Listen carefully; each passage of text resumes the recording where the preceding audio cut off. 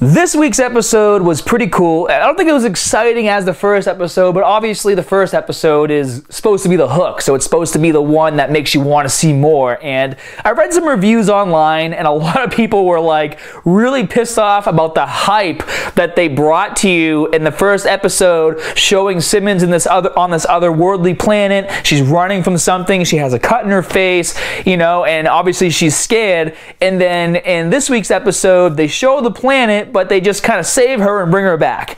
And I was a little disappointed too, because obviously, you know, we want to know what's going on this other planet. Where is it? What's the storyline? What's the plot line? And they kind of fell short on that. But I mean, at the end of the day, you gotta be realistic and smart. Obviously, they did that, and then later on, they showed Simmons like waking up from her dream and holding that knife in her hand, which I don't even know where she got that shank, or it looks like something she might have got from that planet and managed to keep on herself, you know, even after she changed. Who knows? But it just shows her like kind of wake up and want to stab something. So I guess they were kind of implying in that moment that they are going to go back to the planet and let you know what was happening and what she saw.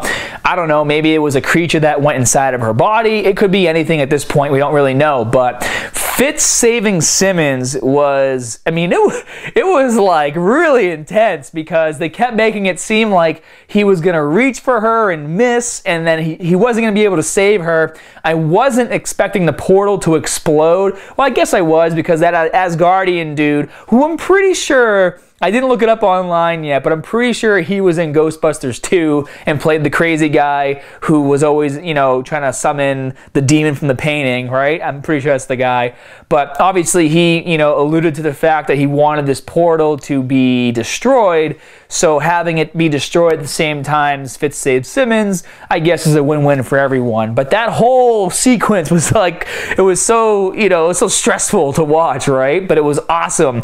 And to see Sky come into her powers more and to be able to use them the way she did. And then obviously they alluded to the fact that the Asgardian knew about the Inhumans, and he seemed to be showing some concern when he was like, wow, that's a name I haven't heard in a long time. So, and his whole story, and you know, they showed him obviously in the other seasons as well. He's a fun guy to watch, and him being in the jail cell, being like, I like it here, they give me food, and then just breaking out by ripping off the door to the jail cell was pretty funny. You know, him and Coulson going back and forth was pretty hilarious. I like Coulson's sense of dry humor, where he's like, are you threatening me? And he's like, yeah. You know, it's just like awesome. Showing more of Coulson's arm, which was pretty cool. But they obviously, you know, they had to bring in the other plot line. So now we see Ward doing his thing. He was recruiting people for Hydra, starting off with in the car with the dude on the hood and driving around and kind of giving like a play-by-play on how cool the car was as he's torturing this guy. It just goes to show you how far Ward is willing to go, and he just does not care for human life. And obviously it's going to come into play later, because we don't know if he still has a soft spot for Daisy or not. And so is he going to try to kill everyone and hesitate with Daisy, or is he going to go for the kill? We just don't know. But when they went on the boat, you know, obviously it's a TV show, and obviously they had to go on the boat and kick everyone's ass and take over. But like, Ward is just a dude. Like, you could just shoot him in the face and he would die. But these bodyguards, you know, they're watching Ward take out every single person, but they'd rather run in and kung fu fight than take out a pistol and shoot him, you know what I mean? Or even the kid who's a billionaire, if his dad is Hydra, you would think that he would have like a gun or something on him at all times and not just rely on his bodyguards to be the ones with the weapons to protect him if he's such a high-profile kid. And I've been trying to pinpoint where I know his face from, because I know he's a childhood actor, and I'm trying to restrict myself from looking it up online, because I want to just remember it in my head. And I keep seeing flashes of him in a movie that I know I've seen multiple times when he was a child. I just can't remember it. But I don't know. I feel like he has too much of a baby face to really come off as a Hydra agent or an intimidating character. Obviously, they were going for that, because then he entered the school and he was talking to May's ex-husband about joining a psychology class. So they want somebody who doesn't look like they could be intimidating or from Hydra. But at the same time, I don't know, his face bothers me. And then getting back to the story with May, I mean, May's dad is a really funny guy. I like all the movies that he's been in. So as soon as he popped in, I was like, oh my God, Erica, look who they have playing May's dad. The guy's hilarious. And I really enjoyed the relationship she had with her father. I thought it was funny that they threw in there that he only broke his hip because she hit him with the car. I thought that was pretty funny.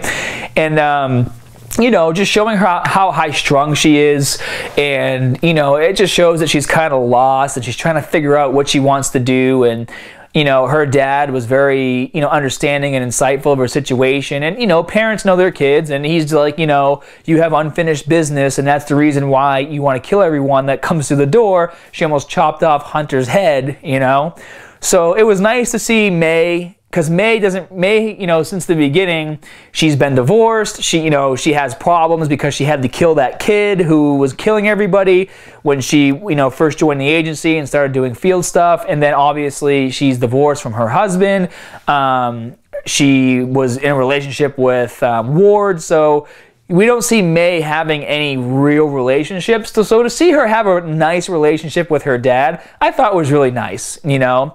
But, you know, the whole episode in general, you know, I do agree that it was a lot of kind of like fluff, just kind of filling in some gaps of, you know, storylines, probably to get the story going for the next episode, which, you know, TV shows have to do that. They have to show you what's going on with other characters. They have to set things up for the future. I mean, look at season 1. The show was not that interesting to watch, but they did set it up for an amazing season 2. And so this episode wasn't as cool as the first one, but I know that these plot lines obviously had to be put in place so that when they do climax, everyone's gonna be like, yeah, that's awesome. You know, the show is really cool. That's how I'm gonna be. Maybe I won't say it like that, but I'm gonna be like that, basically. But I guess what I'm looking forward to mostly from this episode is obviously they're, you know, alluding to the fact that Daisy wants to build a team, and it's more than just giving other Inhumans a place to stay like her mom did. And obviously her mom was a psychotic, you know, sociopath, but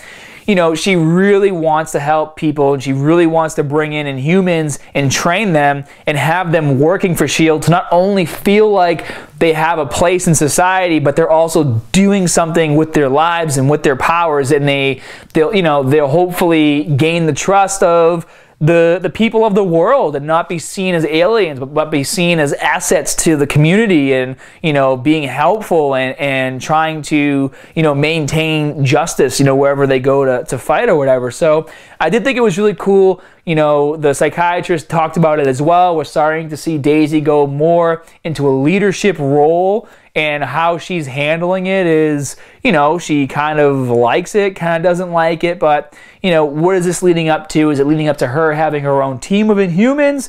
We'll have to wait and find out. But overall, you know, episode wasn't as intense, but like I said, plot lines need to be laid out in order to have better plots later. So overall, I thought it was pretty cool.